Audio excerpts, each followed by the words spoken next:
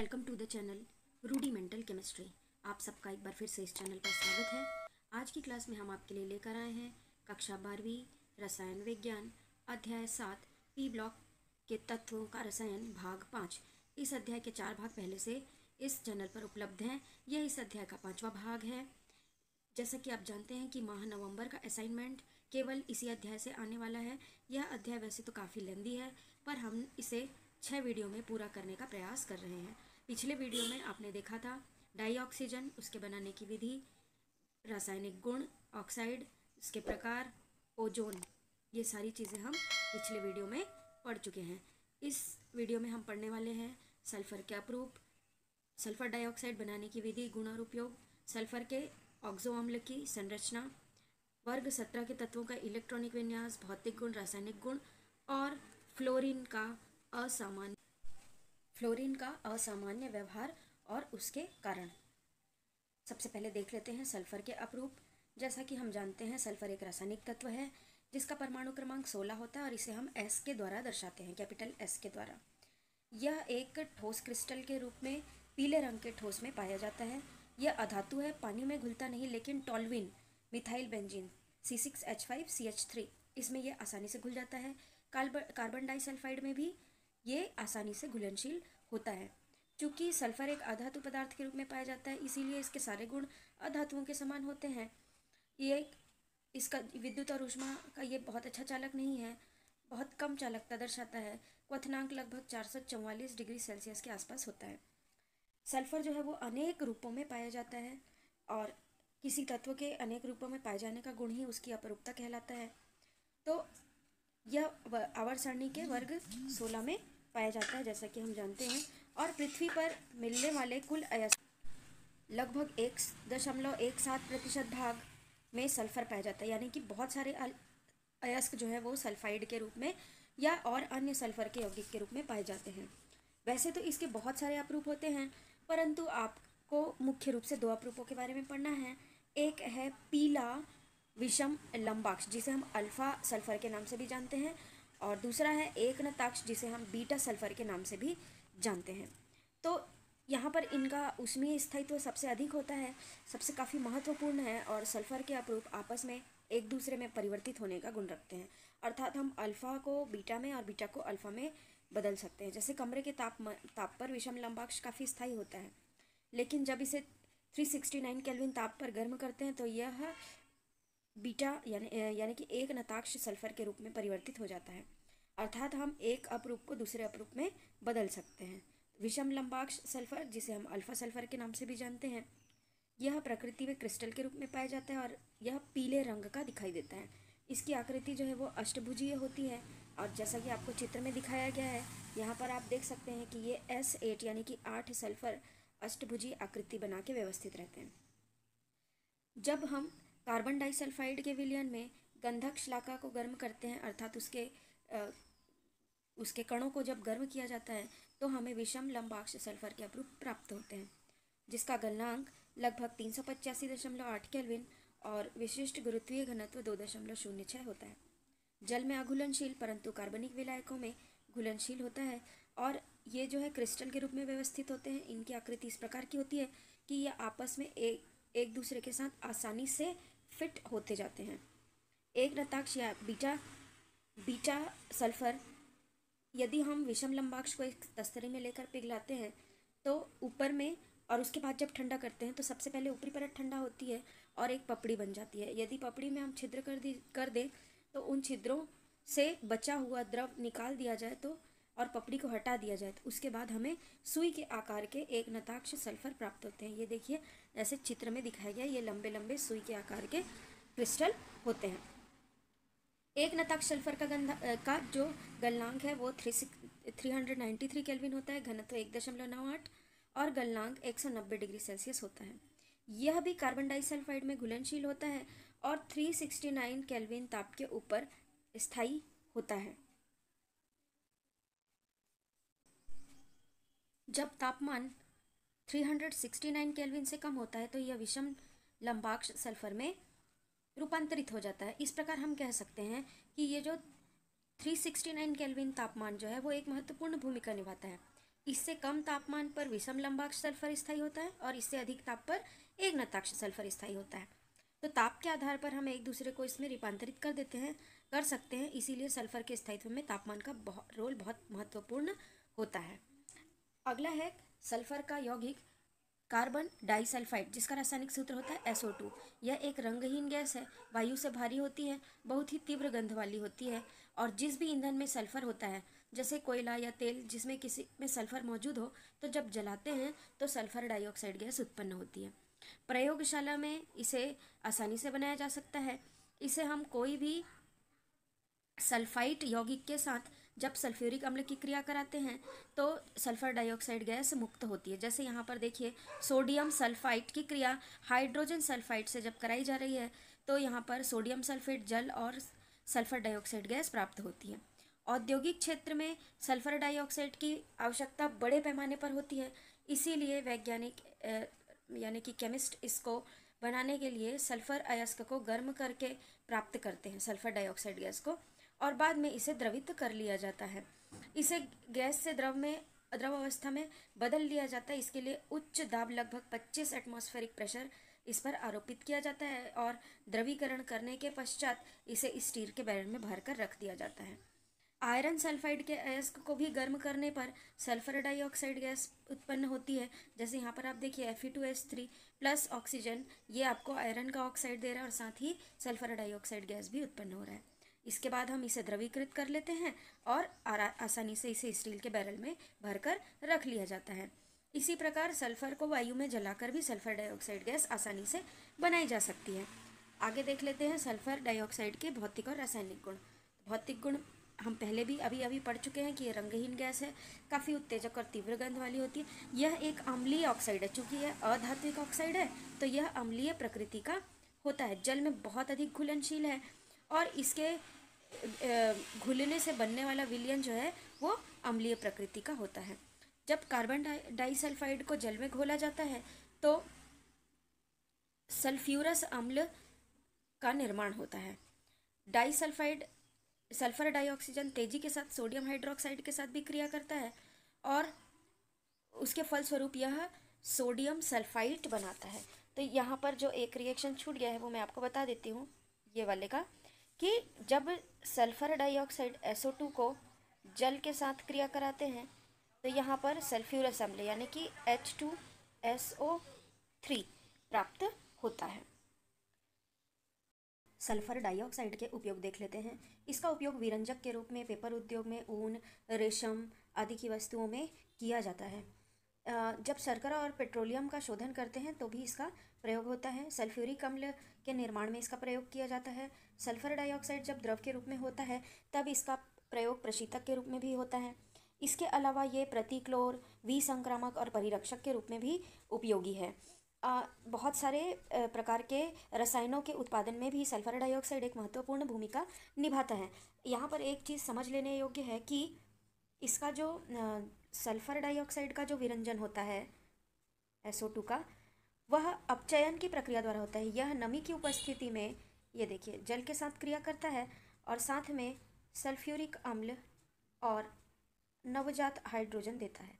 इस हाइड्रोजन की वजह से ही रंगीन वस्तुएं विरंजित होकर रंगहीन पदार्थ में बदल जाती हैं, परंतु यह विरंजन अस्थायी होता है। कभी कभी यह प्रश्न पूछा जाता है कि ओजोन के विरंजन और सल्फर डाइऑक्साइड के विरंजन में क्या अंतर है, तो आपको यह पता होना चाहिए कि इसका विरंजन ऑक्सीकरण के कारण होता है और इसका विरंजन अपचयन के कारण होता है।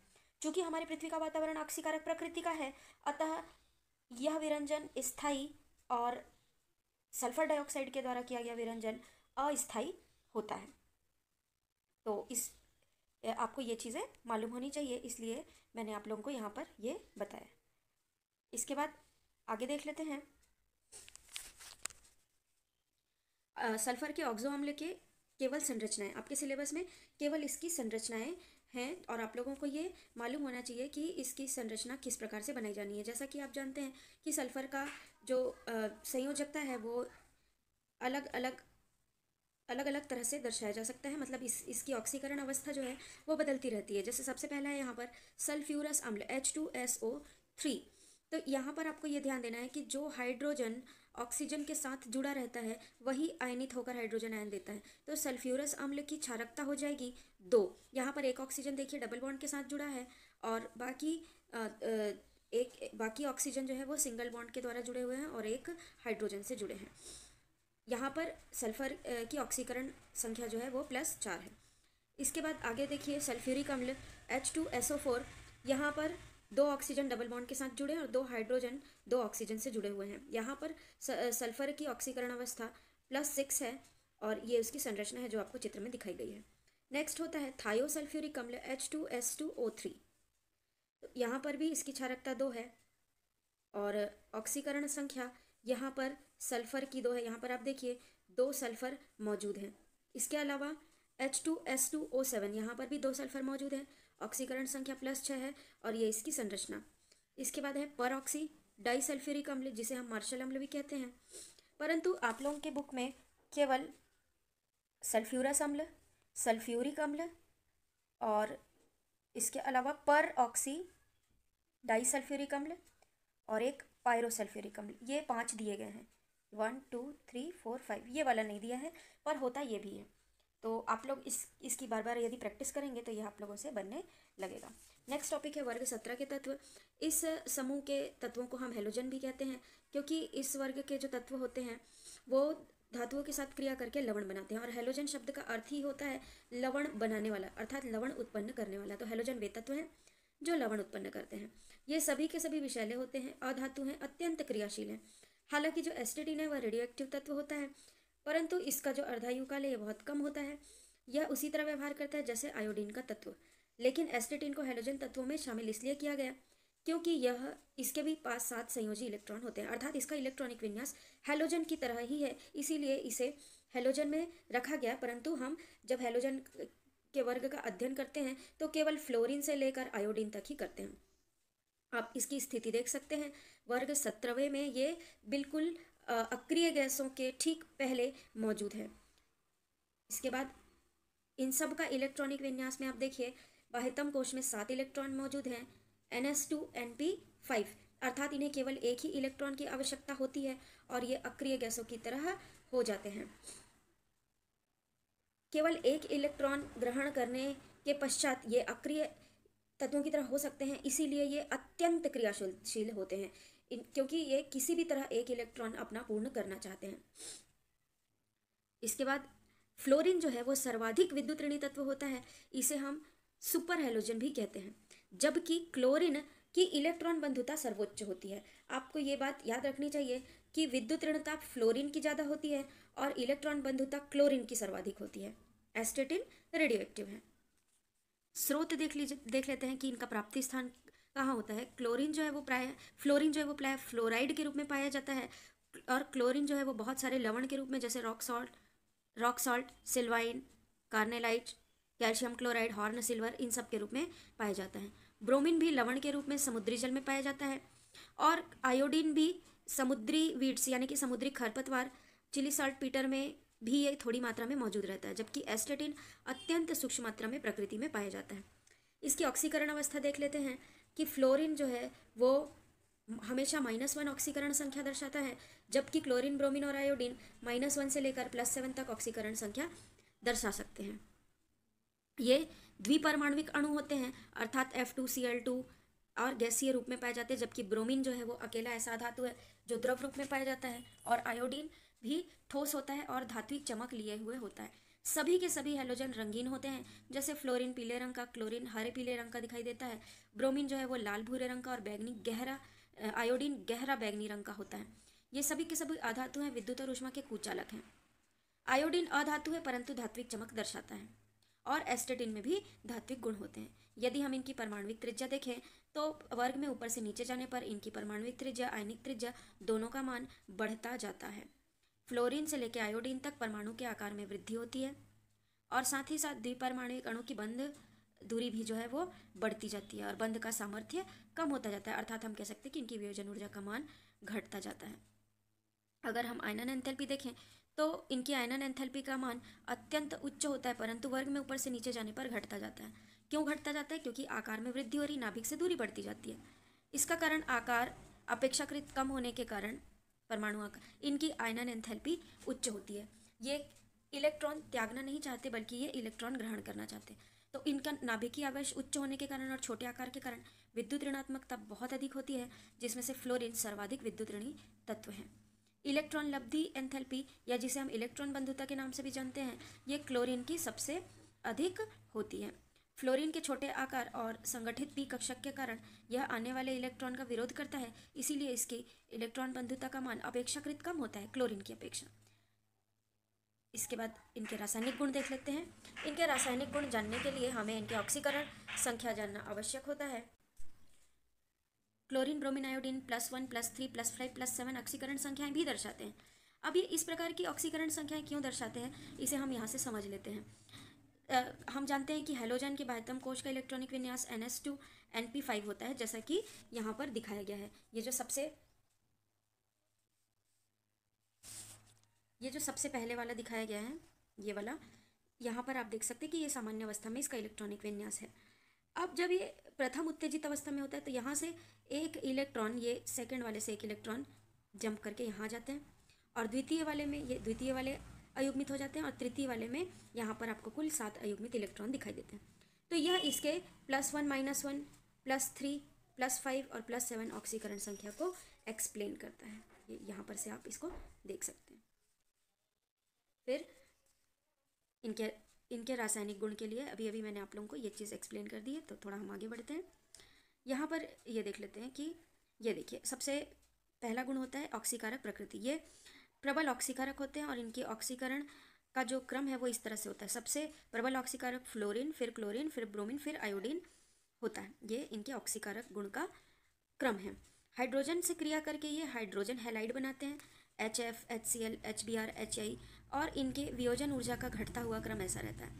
अर्थात सबसे कम वियोजन ऊर्जा HI हाइड्रोजन आयोडाइड के लिए लगती है और सबसे अधिक वियोजन ऊर्जा HF के लिए लगती है। अकेला HF है जो द्रव अवस्था में पाया जाता है, बाकी सब जो है वो गैस अवस्था में पाए जाते हैं।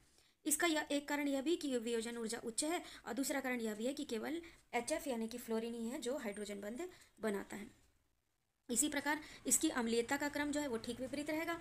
HI प्रबल अम्लीय होगा, जबकि HF इसकी तुलना में दुर्बल अम्लीय होगा। यह सब हाइड्रोजन बंध की उपस्थिति के कारण भी होता है। केवल फ्लोरीन है जो हाइड्रोजन बंध बनाने में सक्षम है। ऑक्सीजन के साथ क्रिया देख लेते हैं। केवल OF2 जो है वो 298 केल्विन ताप पर स्थायी होता है, बाकी सब अस्थायी होते हैं। इसे हम ऑक्सीजन का फ्लोराइड कहते हैं। ये ऑक्साइड नहीं कहलाता, फ्लोराइड कहलाता है, क्योंकि फ्लोरीन की विद्युत ऋणता ऑक्सीजन से अधिक होती है, और जबकि क्लोरीन के बहुत सारे ऑक्साइड जो हैं वो मौजूद हैं, जो कि काफ़ी सक्रिय, बहुत अधिक क्रियाशील और विस्फोटक प्रकृति के होते हैं, जैसे Cl2O, ClO2, Cl2O6, Cl2O7, इस प्रकार के। ब्रोमीन के भी ऑक्साइड काफ़ी अस्थायी होते हैं, आप देख सकते हैं Br2O, Br2O2, Br2O3। इसी प्रकार आयोडीन के ऑक्साइड जो होते हैं ये अघुलनशील ठोस हैं, और I2O2 जो है I2O5 पेंटा ऑक्साइड आयोडीन का काफ़ी अच्छा ऑक्सीकारक है। अधातु के साथ क्रिया करके ये हैलाइड बनाते हैं, और हैलाइड के स्थायित्व आयनिक गुणों का क्रम इस प्रकार होता है। फ्लोराइड सर्वाधिक आयनिक होता है, जबकि आयोडाइड सबसे कम आयनिक होता है। तो ये इनके रासायनिक गुण हो गए। फ्लोरीन जो होता है वो बाकियों से अलग व्यवहार दर्शाता है, जैसे कई गुणों में यह असामान्य है। आयनन एंथैल्पी उच्च है, विद्युत ऋणात्मकता, विद्युत विभव अन्य हैलोजन की अपेक्षा उच्च है, आयनिक सहसंयोजी त्रिज्या, गलनांक, क्वथनांक, बंध ऊर्जा, इलेक्ट्रॉन लब्धि एंथैल्पी, सभी मान जो है अपेक्षित मानों से यहाँ पर ये वाले मान कम है। तो और यह केवल एक ऑक्सी अम्ल बनाता है, जबकि अन्य हैलाइड बहुत सारे ऑक्सी अम्ल बनाते हैं, और केवल यही हाइड्रोजन बंध बनाता है, बाकी सब नहीं बनाते। तो ये इसके असामान्य गुण हैं। ये असामान्य गुण क्यों दर्शाता है, इसके कुछ कारण हैं। सबसे पहला कारण है इसका छोटा आकार, दूसरा कारण है उच्च विद्युत ऋणता, तीसरा कारण है फ्लोरीन वियोजन बंध जो है उसकी एंथैल्पी काफ़ी कम होना, और सबसे महत्वपूर्ण कारक है डी कक्षकों की अनुपलब्धता। तो यहाँ तक ही आप लोगों का अध्याय कंप्लीट हो जाता है। अगला वीडियो इस अध्याय का लास्ट वीडियो है, और हम इसे बहुत जल्द आपके सामने लेकर आएंगे। तो इसमें हम पढ़ेंगे क्लोरीन बनाने की विधि, गुण और उपयोग, हाइड्रोजन क्लोराइड बनाने की विधि, गुण और उपयोग, हैलोजन के ऑक्सो अम्ल की केवल संरचना, अंतर हैलोजन यौगिक, और वर्ग 18 के तत्वों का विवरण। ये इस अध्याय का लास्ट वीडियो होगा। So keep watching. Thank you. Like share and subscribe the channel, ताकि आप लोगों को टाइम टाइम पर आपके काम के वीडियोस जो हैं वो कंटिन्यू मिलते रहें।